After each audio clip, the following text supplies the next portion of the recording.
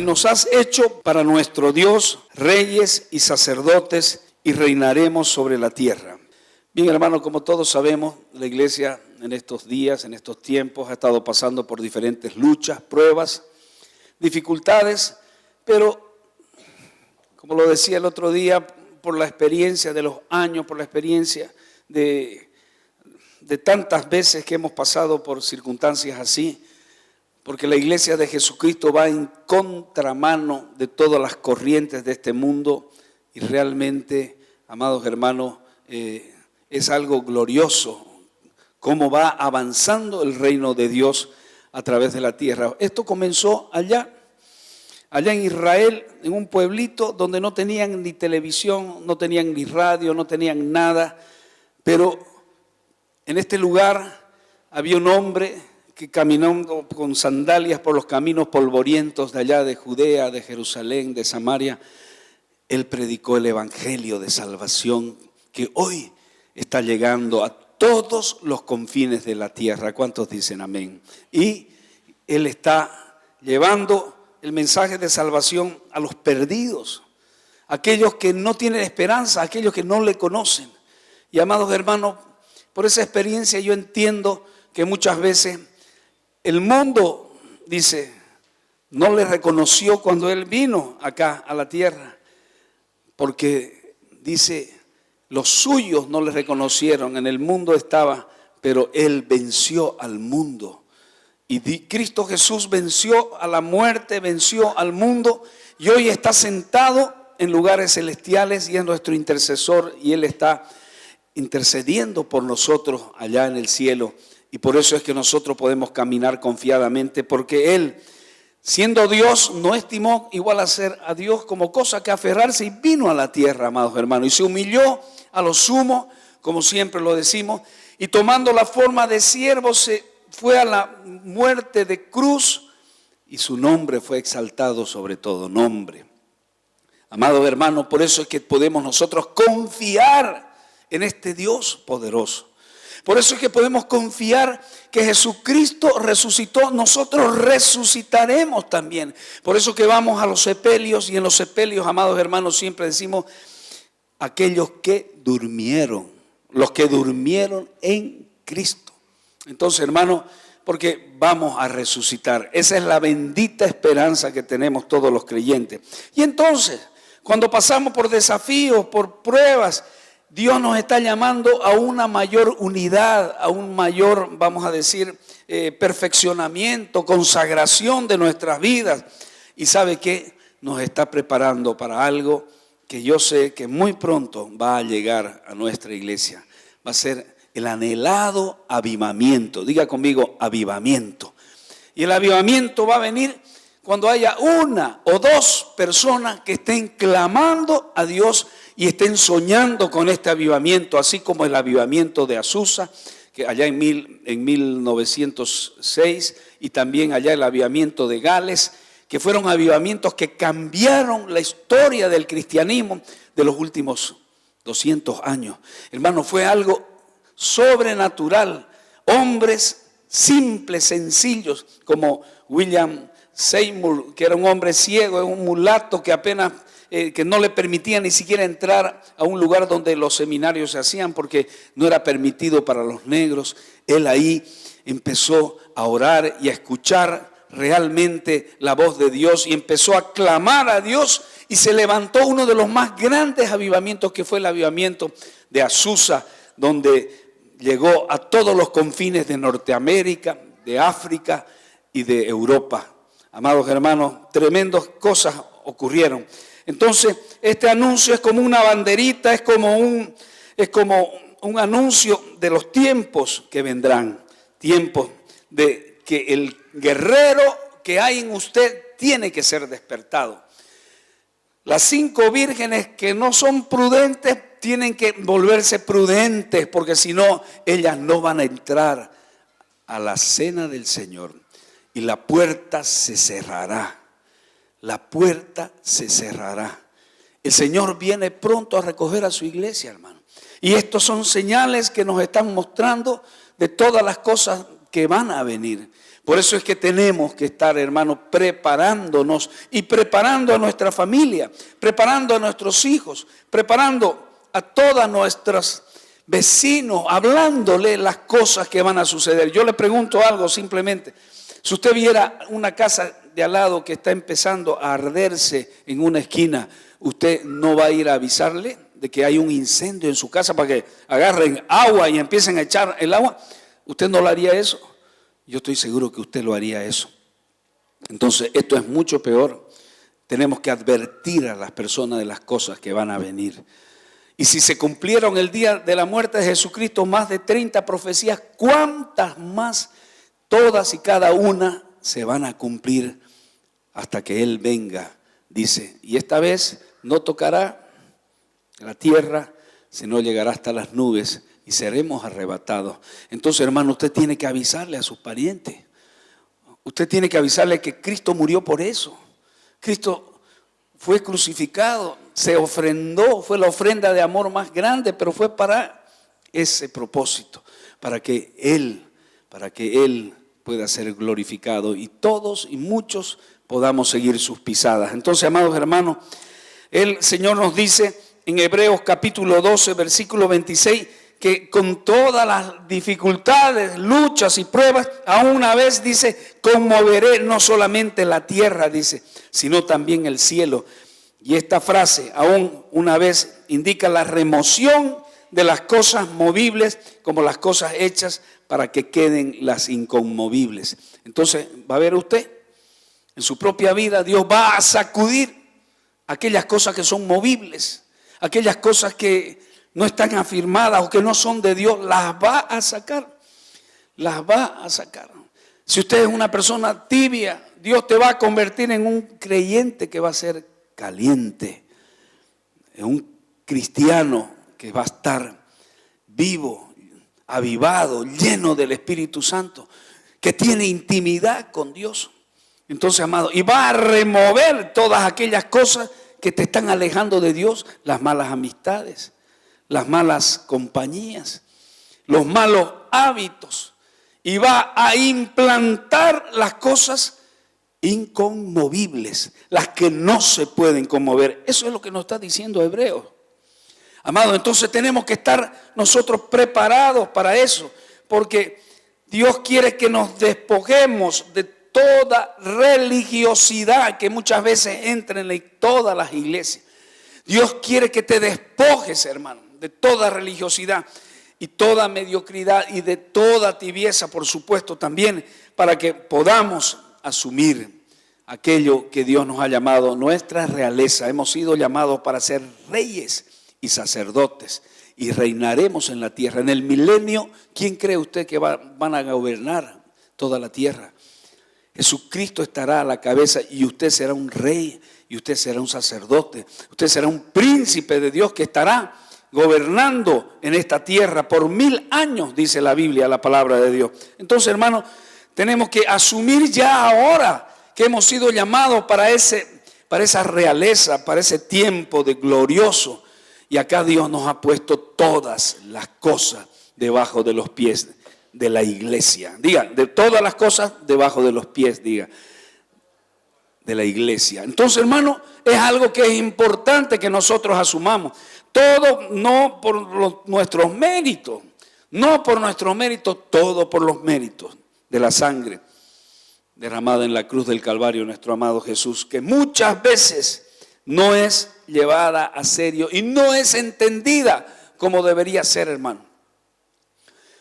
Cristo murió por nosotros, pero muchos cristianos de años todavía no entienden que tienen la autoridad para hollar, pisar serpientes y escorpiones y sobre toda fuerza del enemigo. ¿Y sabe qué? Y no asumimos ese llamado, y no asumimos nuestra realeza, y no asumimos el ser hijos de Dios. Entonces, amados hermanos, parece que Dios tiende a sacudirnos un poco. Entonces, por eso que siempre creo que todas estas cosas vienen a bien para aquellos que aman al Señor. Pero Dios en estos días también compartía con la iglesia, no lo había compartido en este culto y quiero hacerlo también. Dios me dio una palabra rema, y me decía esto que le estaba diciendo, todos estos anuncios nos muestran que va a venir un avivamiento, y me dio una palabra rema que está en el libro de Ageo, que dice, Ageo capítulo 2, versículo 9, dice: la gloria postrera de esta casa será mayor que la primera. ¿Cuántos dicen amén? Amén. Entonces será mayor que la primera. Entonces, amados hermanos, tenemos que estar preparados para la novia. Y aquí quiero llegar al punto. Dios quiere un cambio radical de perspectiva de nuestras vidas. Quiere un cambio, vamos a decir, un replanteo de nuestra posición, que muchas veces no es afirmada completamente en la roca. Dios quiere, tal vez, no es una palabra técnica muchas veces utilizada en el lenguaje cristiano, pero a lo mejor quiere una reingeniería espiritual en tu vida para que nosotros podamos retomar y reubicarnos en el reino de Dios como Él espera que lo hagamos. La primera cosa que debemos preguntar: ¿cómo está nuestra vida de intimidad? ¿Cómo está tu vida de intimidad con Dios, hermano? Muchas veces nosotros no somos conscientes que Dios anhela estar cerca de ti. Anhela estar cerca de nosotros, caminar con nosotros. La palabra de Dios, y hay un libro que me fascina, me encanta, que habla de la intimidad con Dios, que habla de una figura de cómo Dios anhela que nosotros estemos cada día, y ese es el libro El Cantar de los Cantares. Y me vino a la mente el otro día, mientras escribía este mensaje, me vino este pasaje que está en Cantares capítulo 3, versículo 1, de 1 al 4, dice: por las noches busqué en mi lecho al que ama mi alma, al que ama mi corazón. Por las noches busqué en mi lecho y no lo hallé. Me levanté, dice el Salmo, mejor dicho, dice este pasaje, me levanté, dice, y rodearé por la ciudad, por las calles, por las plazas, buscaré al que ama mi alma. Lo busqué y no lo hallé. Me hallaron los guardias que rodearon la ciudad y les dije: ¿habéis visto al que ama mi alma? Apenas hubo pasado de ellos un poco y hallé luego al que ama mi alma. Lo tomé, lo así y no lo dejé.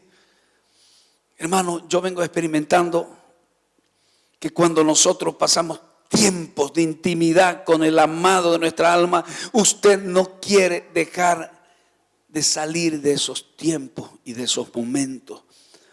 Son los momentos más gloriosos que un cristiano puede tener. Son los momentos de gozo, de paz, porque la presencia de Dios se manifiesta en tu vida y tú estás rodeado de la presencia de su gloria, como cantábamos ahora. En su presencia el cielo y la tierra uno son. ¿Cuántos dicen amén?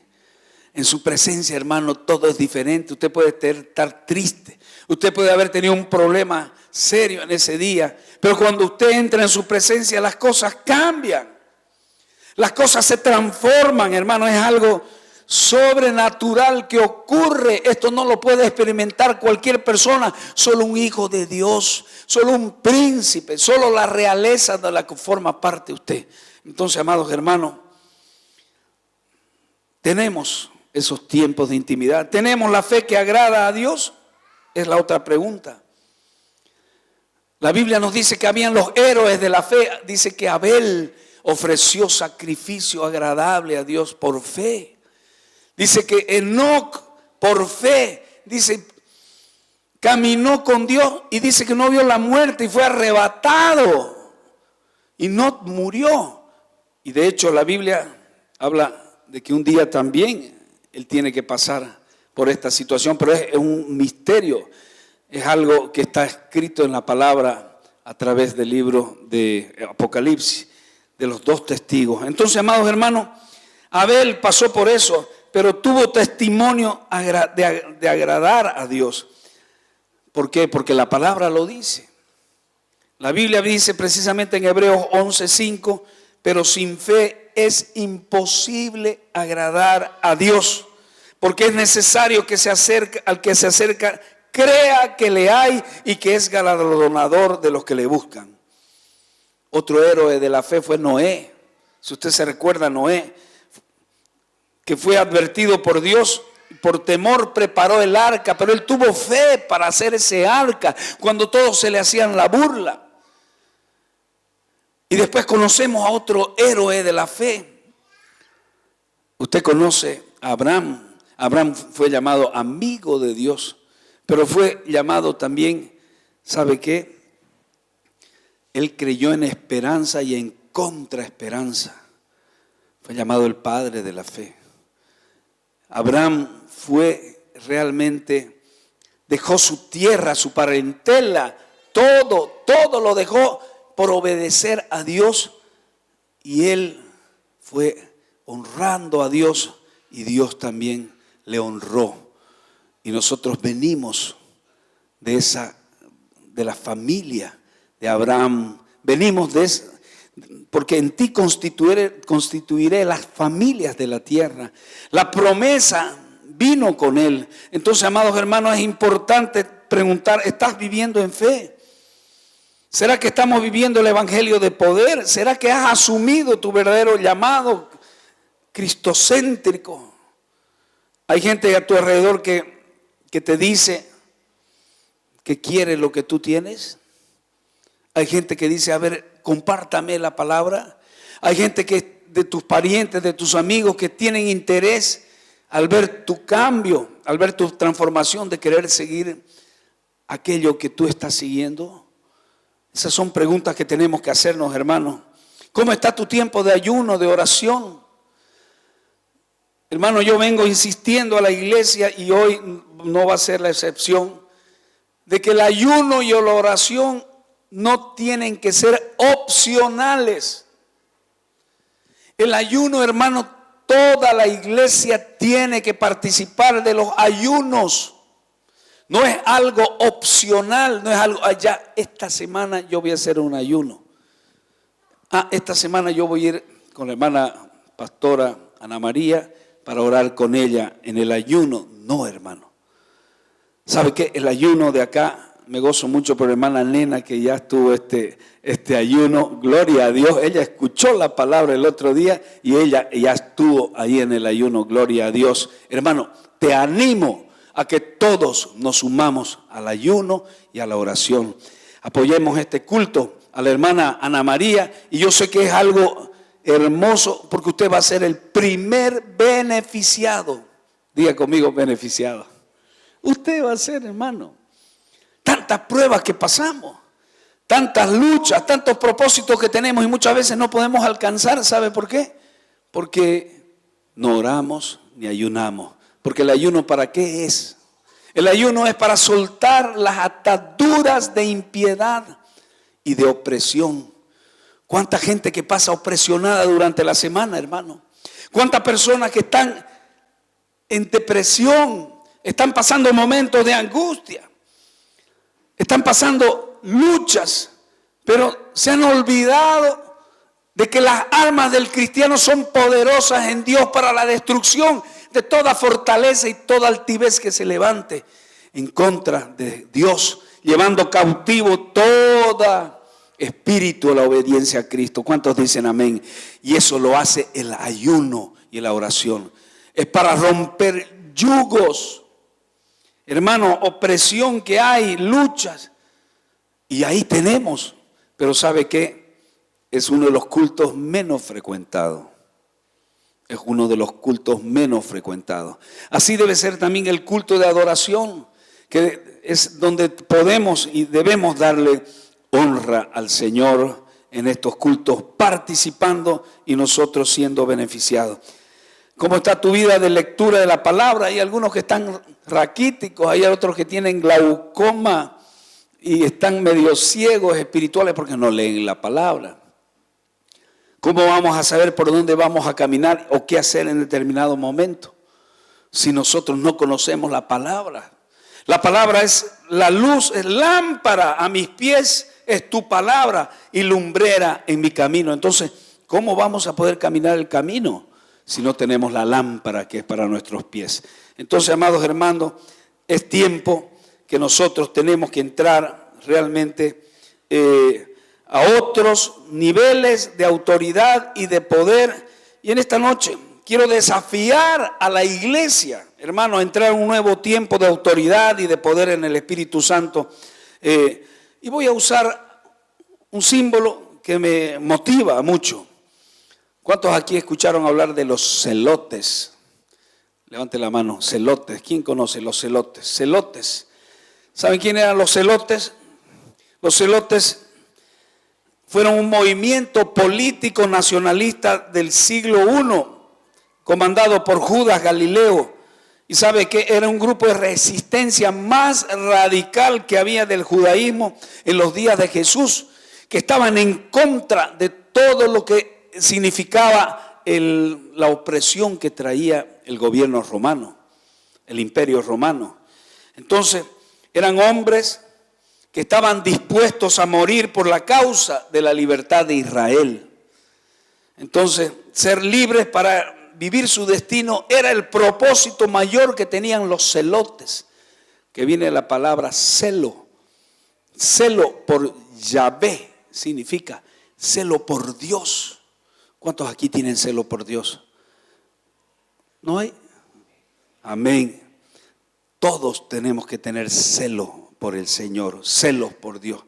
Entonces, hay un predicador americano que me gusta mucho, él usa, David Gibbons se llama, utiliza esta imagen de los celotes para identificar a una nueva generación de cristianos que buscan en primer lugar, ¿sabe qué cosa? El reino de Dios y su justicia. Y también a sacrificar todo por la perla de gran valor. ¿Usted sabe cuál es la perla de gran valor? Ahí nos muestra, la palabra del Señor nos dice que hubo un hombre que era un mercader que encontró una perla de gran valor. Dijo que fue y vendió todo lo que tenía para comprar esa perla. Y fue y compró esa perla. Entonces, amados hermanos, es importante que nosotros entendamos que este movimiento de celotes cristianos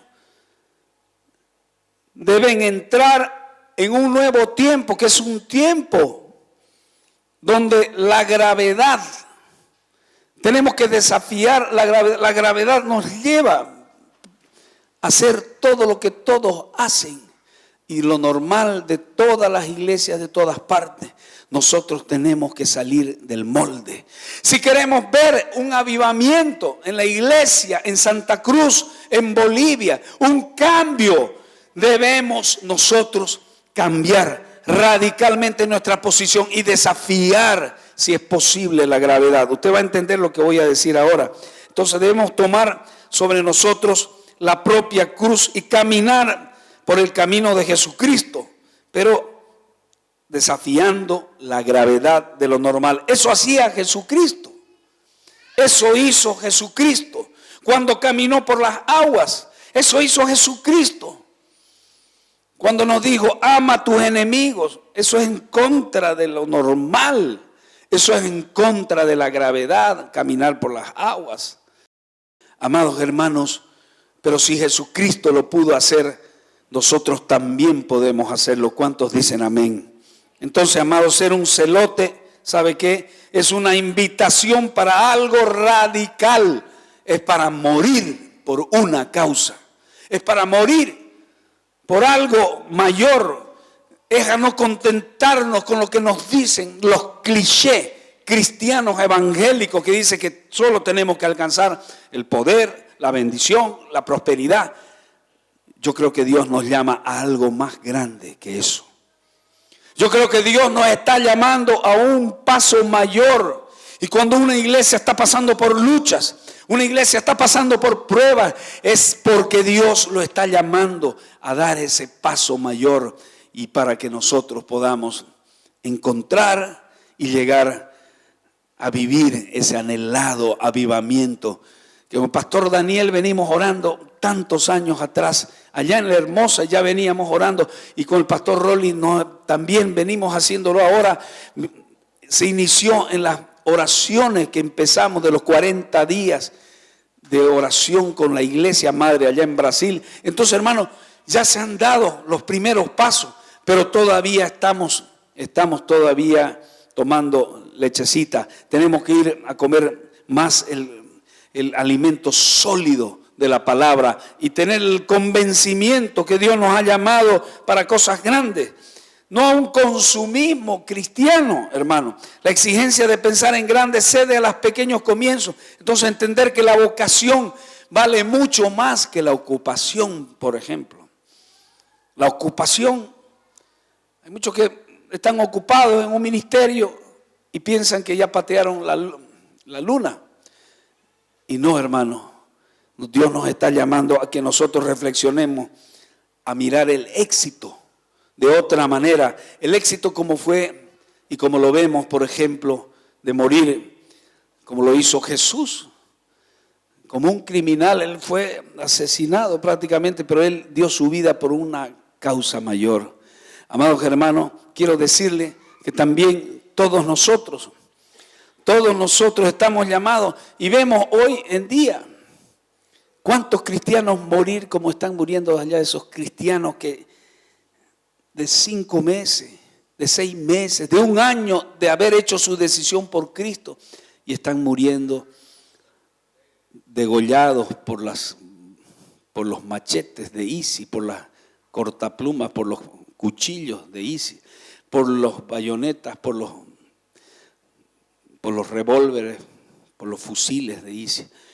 Eso es realmente no negar a Jesucristo. Eso es realmente, admiro y vengo orando y le pido que usted sume su oración por aquellos que están pasando por esas luchas tan graves.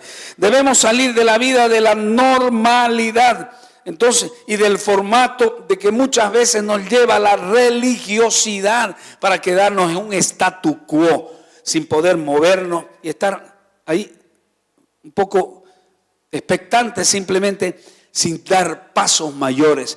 Dios está llamando a la iglesia a un nuevo mover, hermanos, a un nuevo tiempo. Y entonces quiero hacerte 2 preguntas que ya la hice en el tiempo que tuvimos de la vigilia, pero siento de hacerla también a la iglesia acá.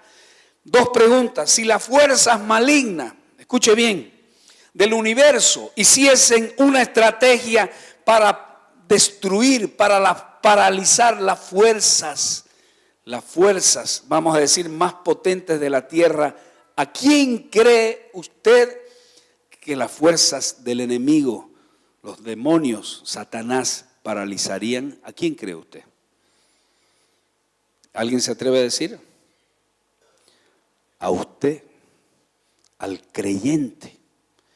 Porque usted tiene la investidura de realeza. Usted tiene la investidura de poder para vencer a esta fuerza maligna. ¿Cuántos dicen amén? Entonces, hermano, ellos siempre Satanás va a querer paralizarte. Va a querer impedir que tú crezcas en la fe, que tú desarrolles aquellos sueños de Dios, que Dios ha establecido para ensanchar sus estacas y el nombre de Jesucristo pueda brillar en cada rincón de nuestra comunidad, de nuestra ciudad, de nuestro país. Amados hermanos, eso haría Satanás. ¿Por qué? Porque también somos la niña de los ojos de Dios. Somos especial tesoro. Y todos recibimos un favor sobrenatural, una herencia sobrenatural cuando usted hizo su decisión de ser llamado hijo de Dios. ¿Cuántos son llamados hijos de Dios aquí? Diga amén. Levante su mano. ¿Cuántos hijos de Dios hay acá? Entonces, hermano, usted es un hijo de Dios. Usted forma parte del linaje escogido de Dios. Usted forma parte del pueblo, nación santa. Usted forma parte de reyes y príncipes y sacerdotes de Dios. No se olvide jamás esto. No se olvide jamás esto cuando venga Satanás a querer hacerte jocha, a querer hacerte daño a tu familia, a ti. De otra manera. Usted tiene la autoridad, la iglesia tiene la autoridad. Dios le ha puesto toda la autoridad a la iglesia. Si usted no me cree, vamos ahí a Efesios. Efesios, ahí habla claramente, Efesios capítulo 1, vamos a buscarlo. Me interesa que usted sea consciente de este pasaje.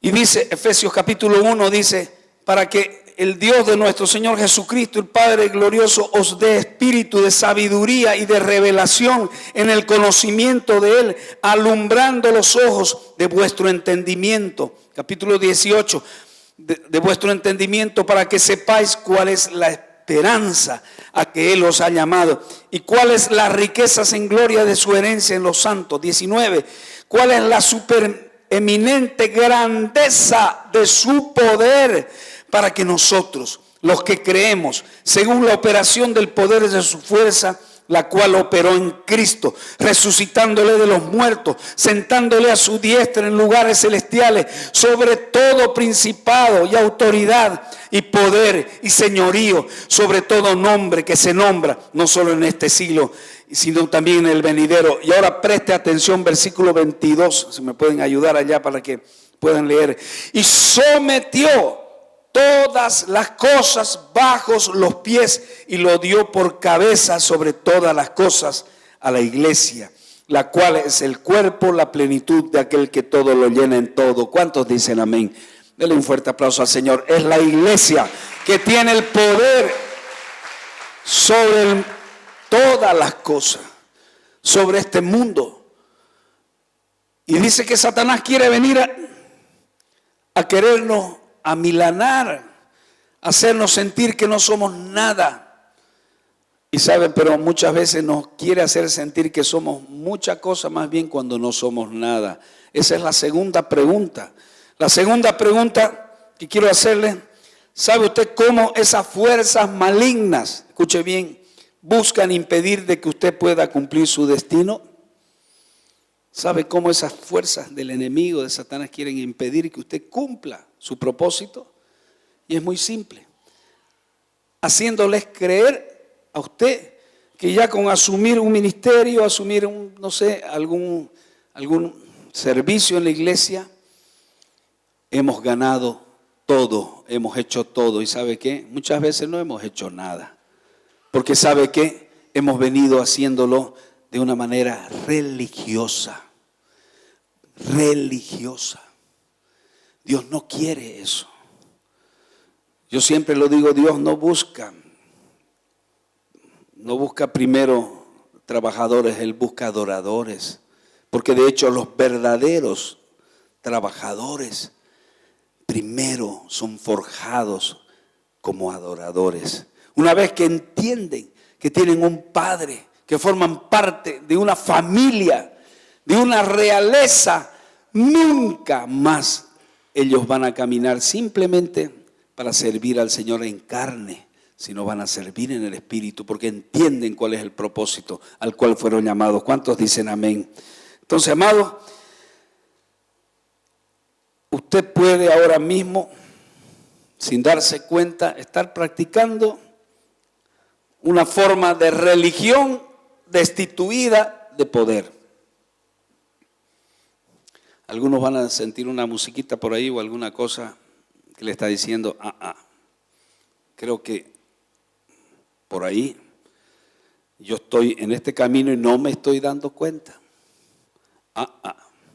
Por ahí es que yo tengo que escuchar esta melodía desafiante.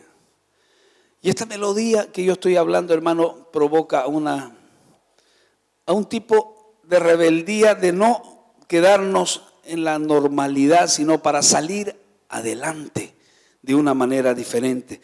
Entonces, es un sentimiento en lo profundo de su ser que de alguna manera susurra: usted no fue creado para vivir esa vida de tedio, de normalidad, de tranquilidad. Sí vivimos y anhelamos tener una vida de paz, de gozo en el Señor, pero Dios quiere usarte, quiere usar todo tu potencial, hermano. Quiere usar todas tus armas, las armas poderosas, los talentos que Dios te ha dado con sus armas. Hermano, no hay nada que no podamos conseguir. Amados hermanos, tenemos un llamado para un camino singular, es un camino diferente. Es el camino de aquellos que desafían a todo lo normal. Dios está llamando a una generación de celotes que entiendan que están dispuestos a dar la vida si es necesario por esa causa, la causa de Cristo para siempre. Entonces, amados, tenemos que nosotros entender esto, pero esto es una cosa que está en la mente. Entonces, usted muchas veces hace parte de este equipo de celotes que Dios ha levantado para desafiar esta normalidad, pero no entendemos cuál es el tema en nuestra mente. Entonces, aquí, si todos nos recordamos, ahí está Mandela, Nelson Mandela. Él fue un activista sudafricano que pasó 2/3 partes de su vida en una prisión por todos sus ideales libertarios. Usted sabe que allá en Sudáfrica había el apartheid, donde los negros no podían entrar al restaurante de los blancos, ni siquiera a las escuelas de los blancos. Y Nelson Mandela se levanta con una bandera de libertad, como un celote se levanta en su país para buscar la liberación. Y él estuvo confinado en la isla Robben, allá en Sudáfrica. ¿Y sabe qué lo hacían hacer? A él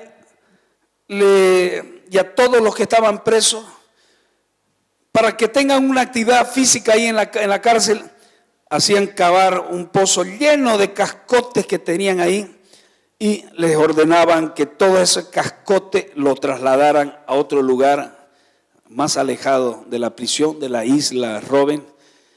Era un trabajo arduo y después, una vez ellos trasladaban todo, después que terminaban le decían, bueno, ahora vuelvan a llevarlo a su lugar inicial.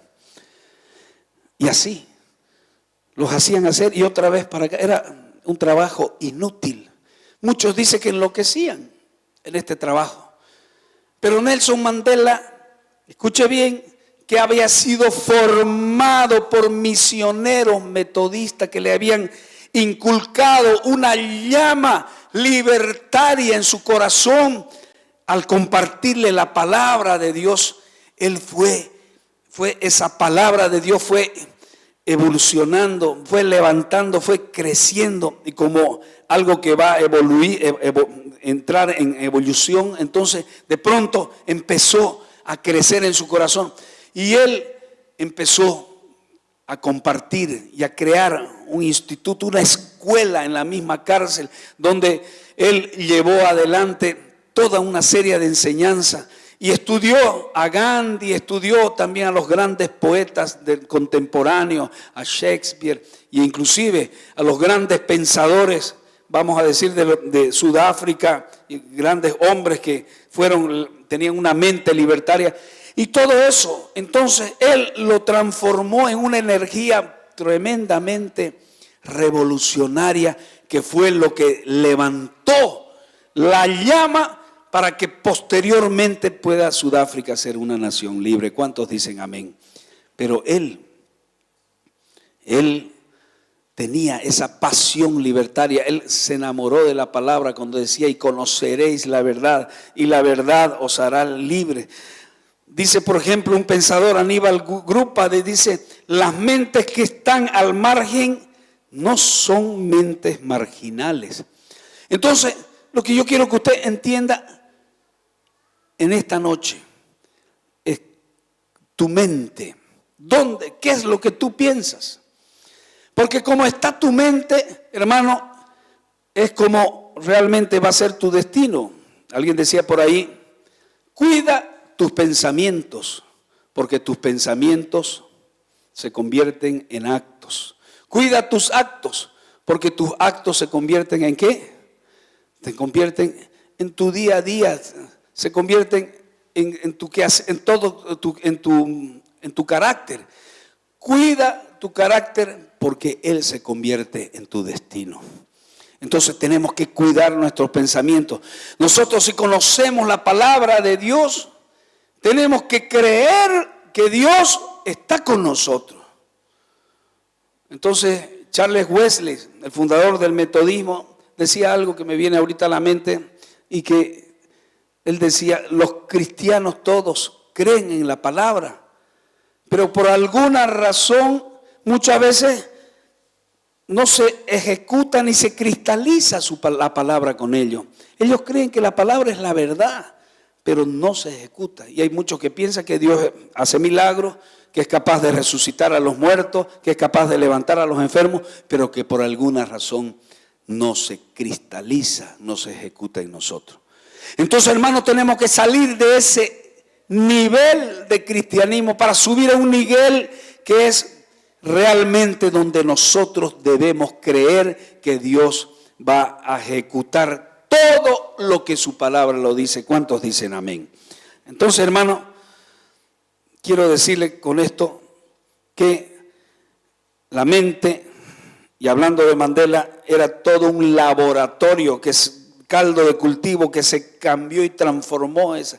Y ahí fue que nació ese movimiento que después él empezó a entender una cosa que fue clave para todo. Él entendió el perdón.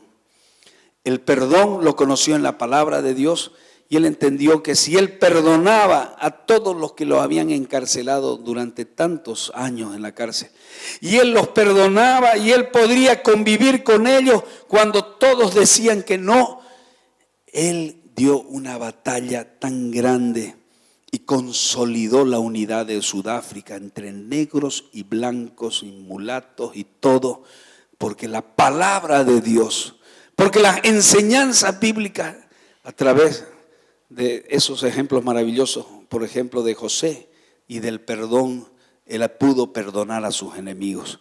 Entonces, amados hermanos, todo está en nuestra mente. Entonces yo quiero que usted piense en esto. Somos personas por medio de otras personas, decía él también. Entonces, Jesucristo, si nosotros asumimos las enseñanzas de Jesucristo, decía él, nos convertiremos en la fe que él tiene. Gandhi decía algo que muchas veces nos hace pensar que no asumimos nuestro cristianismo muchas veces. Cristo dice, los cristianos tienen un buen Cristo, pero no siempre el Cristo tiene buenos cristianos. Entonces, hermano, creo que está llegando el tiempo en nuestra iglesia que tenemos que asumir un nuevo reto y acciones y actitudes que surjan de convicciones. ¿Qué es lo que hace, con esto termino, un atleta de élite? Con esto y 5 puntitos más que muy rápido lo voy a compartir. Un atleta de élite bloquea con serenidad su mente y se concentra y no escucha las voces que están a su alrededor, los ruidos, y se concentra en lo que va a hacer. ¿Y sabe qué? Y alcanza. Dice que entra en un estado de alfa, es un espacio protegido de concentración mental. Entonces, amados hermanos, eso es lo que tenemos que decir. El apóstol Pablo lo decía de otra manera en Romanos capítulo 12. Él decía, así que hermanos, os ruego por las misericordias de Dios que presentéis vuestros cuerpos en sacrificio vivo, santo, agradable a Dios. No os conforméis a este siglo. Y mire, y aquí dice, y transformaos por medio de la renovación de vuestro entendimiento. Diga conmigo, entendimiento. El entendimiento es clave, hermano. Si usted no entiende que forma parte de la realeza, usted no se va a atrever a nada. Usted, si no sabe que usted tiene un Padre poderoso, usted no se va a atrever a nada. Si usted no sabe que Cristo venció y nos dio la victoria en todas las cosas, usted no se va a atrever a pedir nada. Entonces, ¿qué hacer para cambiar nuestra mente? ¿Qué hacer para nosotros asumir nuestro llamado a la realeza? Entonces, amados hermanos, yo escribí 5 cosas muy rápidas que se las comparto, ya se las dije en parte. Aparte tiempo de intimidad con su Rey, aparte tiempo de intimidad con su Dios, aparte tiempo. Y usted va a ver que usted se va a fortalecer en Él. Segundo aspecto, lea y escudriñe la palabra de Dios que le va a dar sabiduría, porque la palabra es útil para enseñar, para redarguir, para instruir en justicia. Lea la palabra. Tercer aspecto, hermano, entienda, una vez más se lo digo, y por favor anótelo, el ayuno y la oración no son opcionales para el cristiano. No es opcional. Usted tiene que asumir. Si usted quiere ser vencedor, su lucha es una lucha fuerte. Tenemos enemigo poderoso. Claro que es más poderoso Cristo, pero ¿sabe qué? Si usted no se agarra de las armas del ayuno y la oración, hermano, no vamos a prosperar. Entonces tenemos que asumir nuestras armas, intimidad con Dios, oración, ayuno, adoración, entender eso, hermano. Cuarto aspecto, poner en práctica, y esto sí que es importante, algo que también fue un rema para mi vida, que yo lo tomaba muy ligeramente, ¿sabe qué? La oración puesta de acuerdo.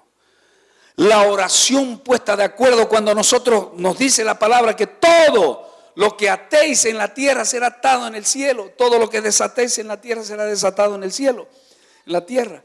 Entonces, hermano, tenemos que ser conscientes de eso. Por eso la palabra lo dice así. Otra vez os digo, Mateo 18, 19, que si dos de vosotros se pusieren de acuerdo, dice, acá en la tierra sobre cualquier cosa y pidieren, les será hecho por mi Padre que está en los cielos. La oración puesta de acuerdo, hermano, tiene poder. Únase a otros hermanos a orar, únase con su esposa, únase con sus hijos, estén juntos orando y usted va a ver el poder de Dios manifestándose en su familia, en su casa. ¿Cuántos dicen amén? Y por último, aparte tiempo donde unido a otros hermanos empiece a adorar al Señor como en los cultos de adoración. ¿Sabe por qué? Por algo muy simple y contundente. La palabra de Dios nos dice que usted y yo fuimos creados para adorar a Dios. ¿Cuántos dicen amén? Usted fue creado para adorar a Dios. ¿Cuántos sabían esto? Levante la mano los que sabían. Ahora, ¿cuántos no sabían que usted fue creado para adorar a Dios? Levante la mano, no tenga vergüenza. Hay algunas personas que sí levantaron. Y hermano, ¿sabe qué? La palabra de Dios nos dice en Salmo 113, alabad, siervos de Jehová, alabad el nombre de Jehová, sea el nombre de Jehová bendito desde ahora y para siempre, desde el nacimiento del sol hasta que se pone el sol, desde el nacimiento del sol hasta que se pone el sol, tenemos que alabar a Dios en el trabajo, en el camino al trabajo, en nuestro lugar donde estemos haciendo un servicio, en la iglesia, en nuestra casa. La ama de casa haciendo las labores de casa, hermano. Y otro pasaje, Isaías 43, 21, si lo puede poner por favor. Isaías 43, 21 dice, este pueblo he creado para mí. ¿Y qué más dice? A ver, léanlo fuerte, hermano, esto. Pero ¿qué dice aquí? Este pueblo he creado para mí. Usted fue creado para el Señor y para publicar sus alabanzas. Un día solo voy a hablar de este tema porque es algo importante, quiero que usted lo sepa. Y el último aspecto, la realeza no tiene miedo a la muerte. La realeza, los príncipes no tienen miedo a la muerte. Los reyes antiguamente eran los primeros que iban en el caballo y iban a enfrentar al enemigo. ¿Sabe qué? Iban adelante, porque la realeza tiene la protección primero de Dios y ¿sabe qué? Y nosotros somos hijos de un gran rey. ¿Cuántos dicen amén? Entonces, David, ¿qué fue lo que hizo? David cuando enfrentó a Goliat, ¿acaso no hizo eso? Enfrentó al gigante Goliat y lo enfrentó de una manera que fue muy vergonzosa porque él dijo, ¿por qué? ¿Quién es este filisteo incircunciso para que provoque a los escuadrones del Dios viviente? Mire la convicción que tenía este guerrero. Eso tiene que ser usted, tengo que ser yo, hermano. Usted tiene que encarnar la realeza que tenía el rey David.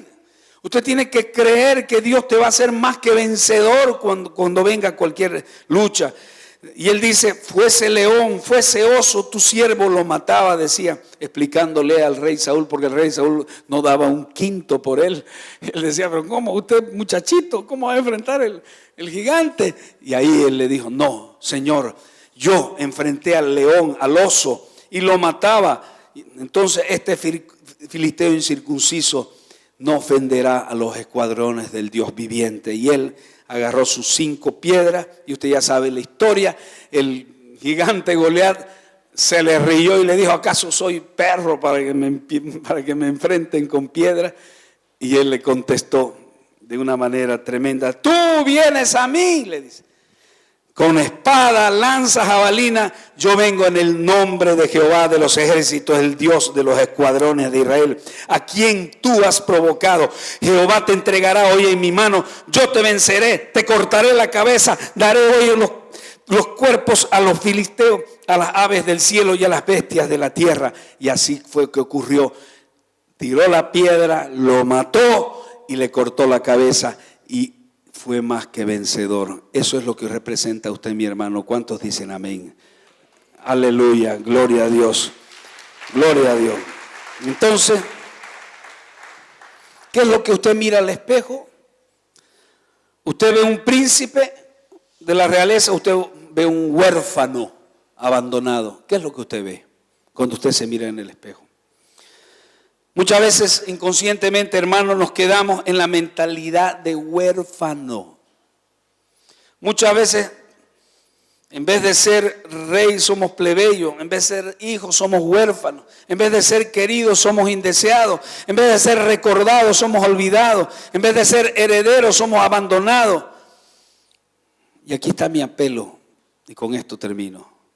Si usted quiere ver a un príncipe, si usted quiere ver a un príncipe, a un rey, a un sacerdote en su casa, a un cristiano lleno de poder, de gracia, de unción, y nunca más tener duda de su primogenitura, de su linaje, de ser un hijo de Dios, de ser un escogido de Dios, de ser nación santa, pueblo escogido de Dios, venga aquí adelante. Yo quiero orar por ti brevemente para que terminemos esta reunión. Venga acá adelante. Si usted nunca más va a tener duda de ser un rey, de ser un príncipe, de usted ser más que vencedor. Pongámonos de pie. Venga, pase. Gracias te damos, Señor. Gloria a Dios. Gracias por cada uno de los que están aquí adelante, que entienden que han sido llamados para ser reyes, sacerdotes, príncipes, hijos de Dios. Son llamados por una obra extraordinaria, Señor. Que cielo y tierra pasarán, pero sus palabras no pasarán, Señor. Y seremos llenos. Y la gloria de Dios llenará toda la tierra. Señor Jesús, queremos pedirte perdón, porque a veces nos hemos olvidado. Nos hemos olvidado de quién somos, de dónde venimos y a dónde vamos. Perdónanos, Señor. Perdónanos, Señor. Que a veces, Señor, estamos luchando, Señor, muchas veces sin las armas poderosas que tú nos has dado, que son el ayuno, la oración, la intimidad con Dios, la adoración, la sangre de Cristo, el nombre de Jesús, que son las armas poderosas que tú nos has dado. Perdónanos en esta noche. Señor, nos reconocemos como hijos. Diga conmigo: soy un hijo de Dios. Levante sus manos. Vamos a levantar nuestras manos. Yo me reconozco como un hijo de Dios. Me reconozco como querido. Me reconozco como recordado de Dios. Me reconozco como heredero, dígale, de Dios. Me reconozco como parte de la familia del Dios viviente. Renuncio a la mentalidad de huérfano, dígale, renuncio a la mentalidad de ser un religioso. Renuncio a la mentalidad inconscientemente de derrota que muchas veces he tenido. Ese sentimiento hoy me reconozco y asumo como un rey, como un sacerdote, como nación santa, como pueblo adquirido por Dios, llamado a anunciar las virtudes de aquel que nos llamó de tinieblas a la luz admirable. Gracias, Dios. Gracias, Señor. Te adoro, Padre. Quiero, Señor, asumir mi llamado a la realeza. Quiero asumir mi llamado a ser un príncipe tuyo, un hijo de Dios. Gracias te doy, Señor. En el nombre de